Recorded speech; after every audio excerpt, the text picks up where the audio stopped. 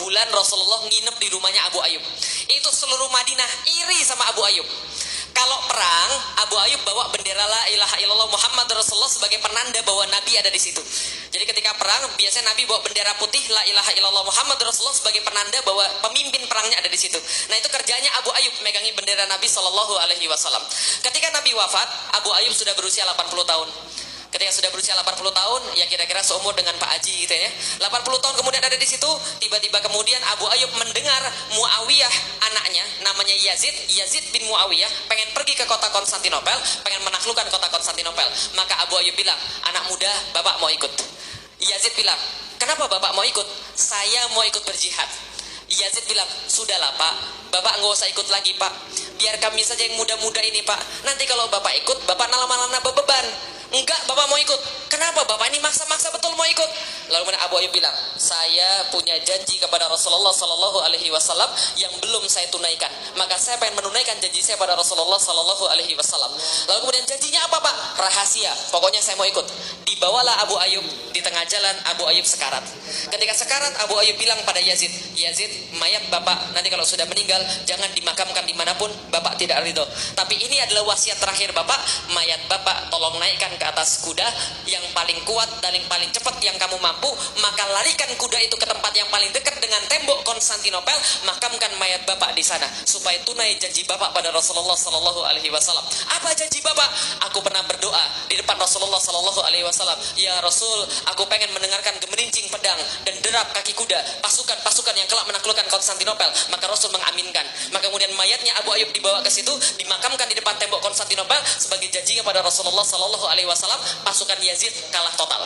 Berikutnya kemudian Maslamah bin Abdul Malik pada tahun 717 bawa 120.000 pasukan pergi ke Konstantinopel, pengen menaklukkan Konstantinopel, nggak mampu juga, kalah total juga. Berikutnya Harun al-Rasyid, Yazid, Murad, mereka semua mencoba menaklukkan Konstantinopel, tetap nggak bisa juga. Nah, kenapa? Konstantinopel adalah tempat yang sangat kuat sekali.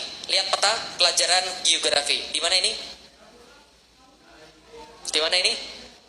Oh, di dunia. Ini pasti jawaban anak IPS ini, betul ya? Alhamdulillah. Ini di mana ini?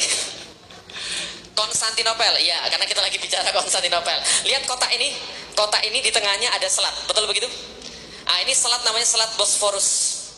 Selat Bosforus itu membedakan antara Asia dan Eropa. Sebelah sini, nah ini sebelah sini, ini namanya Eropa. Sebelah sini namanya Asia. Bedanya apa? Selat Bosforus, Selat Dardanel. Itu aja bedanya. Jadi kalau seandainya sebelah sini sudah Asia, sebelah sini Eropa, maka Konstantinopel itu terletak di tengah-tengah antara Asia dan Eropa.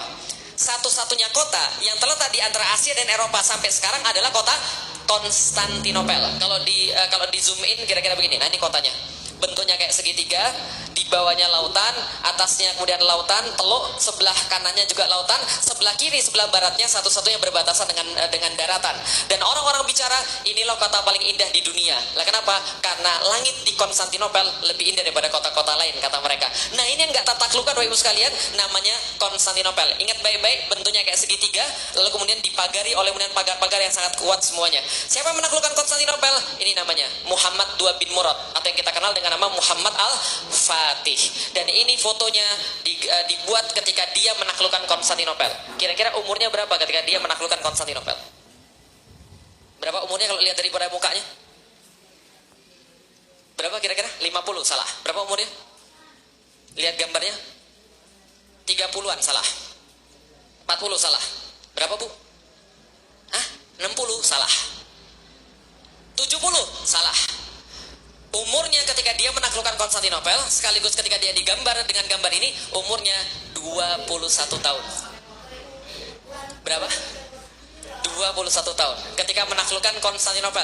Kok jenggotnya panjang Ustaz? Karena dia orang Turki. Jelas kalau orang Cina nggak punya jenggot, jadi jangan banyak protes lagi ya.